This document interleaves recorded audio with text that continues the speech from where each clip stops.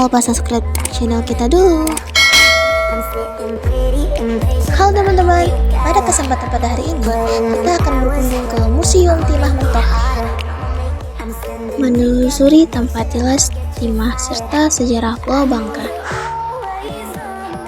Selain dengan kekayaan timahnya, Bangka juga dikaruniai dengan sejarah dari budaya yang tak kalah berharga.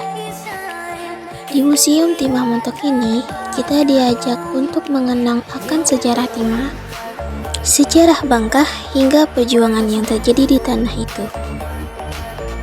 Kita akan diajak menelaah sejarah pertambangan timah di Pulau Bangka dan diajak untuk mengenang sejarah perjuangan rakyat dan Bung Karno ketika diasingkan di Pulau Bangka, hingga menelisik terkait dengan peristiwa Perang Dunia II yang juga ikut bergejolak di pulau ini.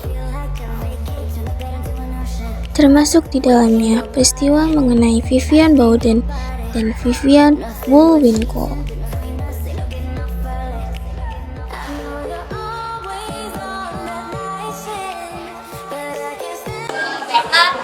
Di sini pertama kali saya menemukan sebuah sejarah yaitu manuskrip awal penulisan sejarah yang ada di Bangka. Bagian dari manuskrip Legenda Bangka ditulis oleh Haji Idris, seorang guru di Mentok pada tahun 1861. Yang kedua ditulis oleh Abang Arifin, Menhu Kertanegara I pada tahun 1878 ketika menjabat sebagai penjaka di Mentok.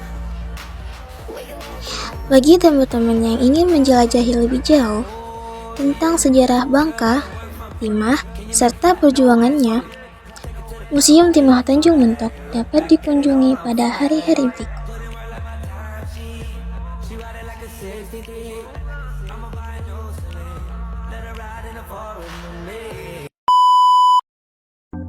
Halo teman-teman, tadi karena kita udah berkunjung di Museum Timah Mentok, sekarang kita berkunjung ke Wisma Ranggam. Halo guys, saat ini kami sedang berada di Tugu Wisma Ranggam. Dulu, Wisma Ranggam ini diberi nama Pasanggarahan Mentok. Wisma Ranggam ini dibangun sekitar tahun 1890 oleh perusahaan timah Belanda yang bernama Bangka Twinning. Di depan gedung ini berdiri gagah monumen yang diresmikan oleh Bung Hatta sewaktu kunjungan ke Mentok pada tanggal 17 Agustus 1951.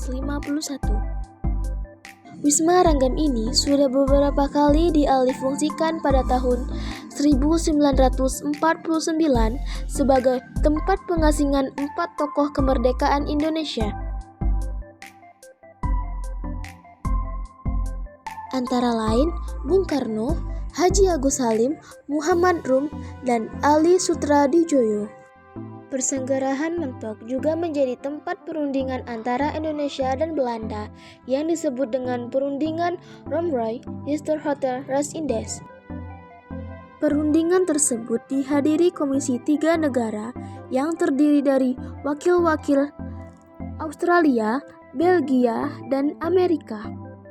Perundingan ini menghasilkan antara lain kepastian bahwa pada tanggal 6 Juli Soekarno dan Hatta dikembalikan dari pengasingan ke Yogyakarta yang merupakan ibu kota sementara Republik Indonesia pada saat itu.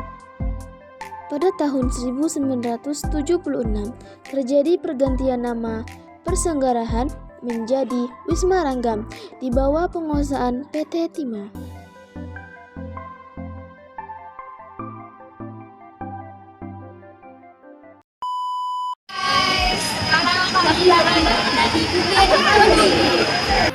Halo teman-teman, kali ini kita ke Bukit Mentok, Kabupaten Bangka Barat.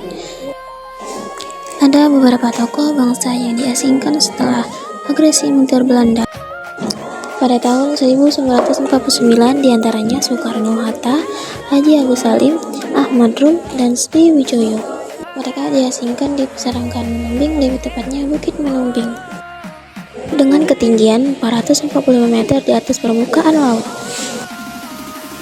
Pada masa Belanda, Bukit Menumbing ini adalah sebuah kota yang bernama Brocktel yang dijadikan pengasingan Bung Hatta dan kawan-kawan.